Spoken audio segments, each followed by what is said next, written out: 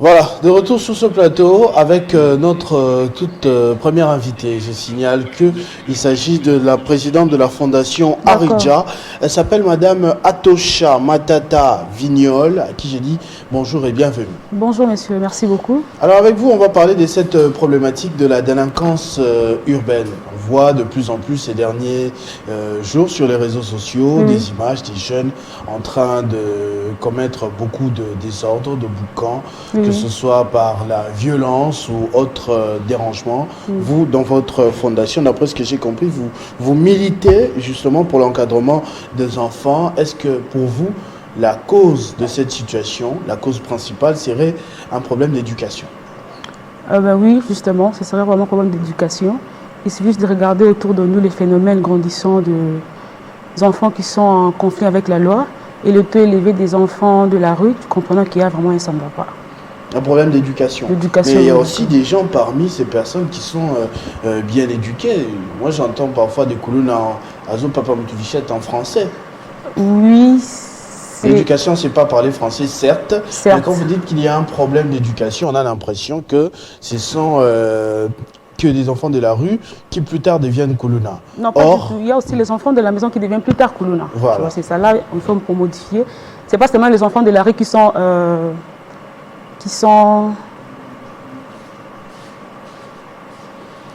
c'est pas seulement des enfants de la rue qui sont Qui deviennent koulouna plus qui deviennent tard. koulouna plus tard. Il y a aussi des enfants de la maison qui sont nés d'une union bien de deux parents, mais qui deviennent koulouna plus tard, plus que nous les enfants de la rue. Alors là, le problème d'éducation est mis de côté.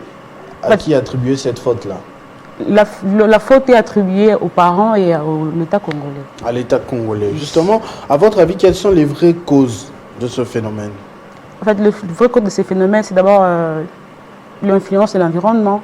Tu vois, quand l'enfant est influencé, les parents peuvent faire leur part, mais en allant à l'école, dans la rue, il y a des éducations diffuses qui se ramassent par-ci par-là. Tout ça, c'est vraiment le cause des... L'école aussi peut désorienter. Oui. Vous pouvez avoir une bonne éducation à la maison, vous rencontrez Et un l'école, ami à l'école oui, qui vous fait gober des des idées. idées qui ne sont pas des instructions de vos parents et tout. Dans l'école aussi, Ce on fait qui partie. serait vraiment bien dommage. Et en tant que président d'une fondation qui milite pour ce genre de situation, est-ce que vous avez déjà envisagé quelques pistes de solutions pour sortir la RDC de ce genre de problème? Ben oui, oui. D'ailleurs, c'est ça. Nous sommes en train de travailler sur ça.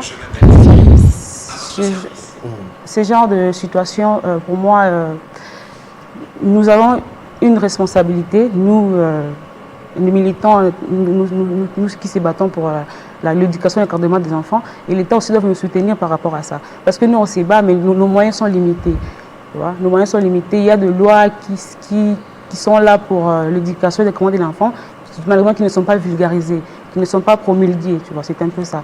Alors, je fais un appel aux gens de conscience, les parents et l'État aussi de nous soutenir, afin que nous mettrons en œuvre notre... Que consiste un soutien à la fondation Aridja? En fait, le soutien, il y a plusieurs soutiens. Nous avons besoin de personnes d'abord conscientes et des personnes de la bonne foi et surtout de la volonté. C'est d'abord ça le premier pas. Et ensuite, nous avons besoin d'une bonne éducation, d'un bon encadrement, d'un bon accompagnement. C'est une fondation bien structurée, un siège, une vision, des membres, toute une organisation, c'est bien ça. Oui. Donc vous aurez aussi besoin de soutien financier, vous avez Justement. besoin de l'argent. Oui, mais avant, vous avez honte de le dire? Non, pas du tout, monsieur. mais avant ça, d'abord, il faut d'abord la bonne foi et la volonté. C'est surtout ça. Et le reste vient après. Et comment vous vous organisez, comment vous vivez? Qu'est-ce qui vous a motivé d'abord à créer cette fondation? Parce que visiblement, vous n'avez pas de problème. Je n'imagine pas que vous avez été colonna il y a quelques mois, non? Vous êtes bien structuré, bien habillé, vous parlez bien français. Je vous ai vu bien arriver. Qu'est-ce qui vous a poussé à créer cette fondation? Vos motivations? Oui, d'abord, c'est ma passion pour les enfants. Et dans les quartiers... Vous avez des enfants? Non, pas encore. Non. Mais dans les quartiers aussi, j'ai grandi, je voyais les enfants de mon âge grandissaient sans protection et encadrement des parents. Tu vois, il y avait toujours des yaya qui abusaient de leur confiance. Yaya, donne-moi ceci, donne-moi cela. Et quand cela se répétait à plusieurs fois, le yaya a été obligé de donner le paix à l'enfant et puis leur demander quelque chose en retour. Tu vois, tout ça, là, ce sont de manque de l'encadrement et de protection des enfants. C'est ça qui m'a motivée et qui m'a poussée vraiment de faire cette fondation. C'est vraiment louable. Et pour revenir au sujet des Kuluna, parce que c'est ça qu'on en évoquait tout à l'heure, est-ce que la politique mise en place par le gouvernement, je vais citer le cas de Kanyamaka Sissé par exemple, pour réprimer ce phénomène de Kuluna, est-ce que vous pensez que c'est efficace, que ça pourrait changer les choses? Oui, c'est une bonne idée, mais sauf que l'idée n'est pas bien accompagnée. Tu vois, Kanyamaka Sissé devait être un endroit où les enfants doivent se réinsérer dans la société. Les enfants doivent être rééduqués, les enfants doivent être accompagnés moralement et avoir une bonne éducation là-bas. Mais pour nous, ce n'est pas le cas. Quand les enfants vont là-bas, c'est pour être exposés. Et en retour du cas, nous voyons des policiers, ou des gens, excusez-moi pour le terme, qui tuent des gens n'importe comment, n'importe quoi. Parce qu'ils sont allés là-bas, ils sont sans éducation, sans instruction et sans encadrement, qui deviennent des ennemis de la République. Donc vous n'êtes pas pour une solution brutale?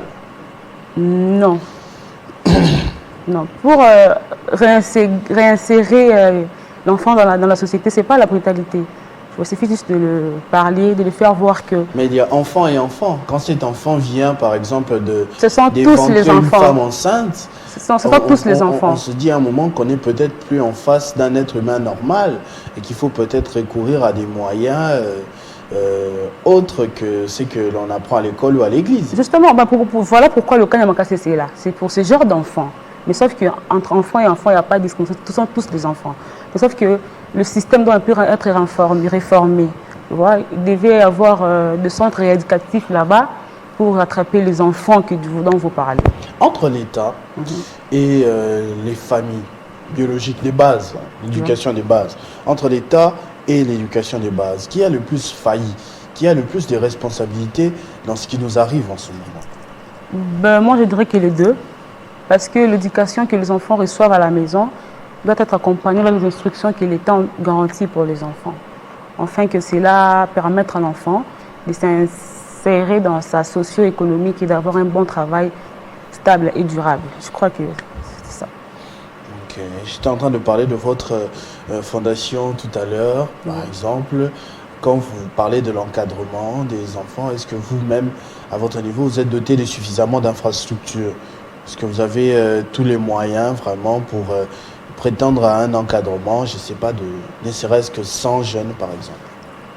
Oui, pas du tout. Mais quand même, j'ai fait le mieux que je peux. C'est-à-dire, qu'est-ce que vous faites déjà?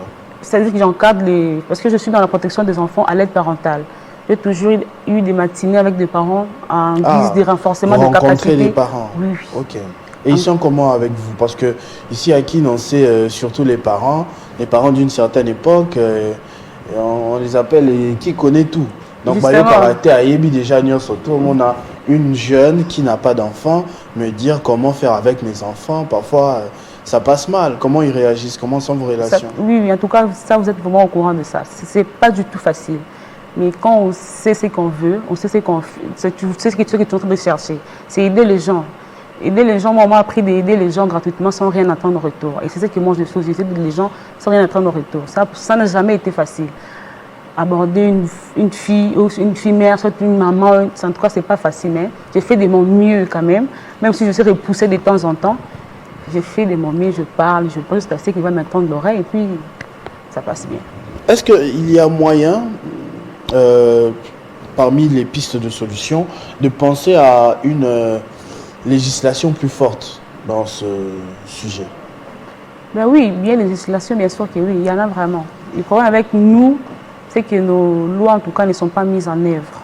Nos lois, vraiment, ne sont pas appliquées. Il y a beaucoup de lois. Je crois qu'il y a une loi de la protection des enfants du 9 janvier 2013, je ne m'abuse pas. Mais apparemment, les gens ne savent pas que la loi existe. Alors nous, la Fondation, nous sommes là pour vulgariser les lois. Que les gens sachent qu'il y a des lois qui existent qui protègent l'enfant. Les gens ne peuvent pas se permettre de faire n'importe quoi parce que ce sont des enfants de la rue, des enfants abandonnés. Ça, nous sommes contre. Ça, c'est très bien. J'aimerais quand même que vous puissiez lancer un message On aimerait savoir comment entrer en contact avec vous, par exemple. Vous avez appelé tout à l'heure à des soutiens financiers, moraux et tout le reste. Comment faire pour entrer en contact avec la Fondation Haridja?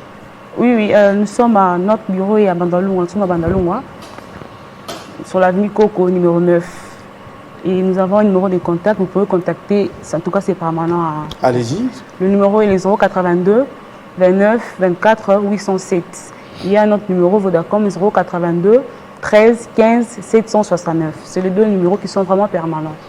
Madame Vignol Atosha Matata, présidente de la Fondation Haridja, merci beaucoup d'avoir répondu à notre invitation. Merci beaucoup, monsieur. À tous et à toutes également, merci de votre attention soutenue. Vous comprendrez que la tranche matinale de ce vendredi 21 octobre est terminée. On était avec vous depuis 7 heures du matin. On a partagé énormément de sujets d'actualité, énormément de divertissements, des découvertes. Avec vous, on a vraiment passé beaucoup de temps et j'espère que cela vous a plu d'une période à une autre, si ce n'est pas la totalité. Merci beaucoup d'avoir porté votre attention à Télé 50. On se retrouve le vendredi prochain avec le même plaisir. Entre-temps, vivez heureux, vivez 100 ans et passez un très très très bon week-end.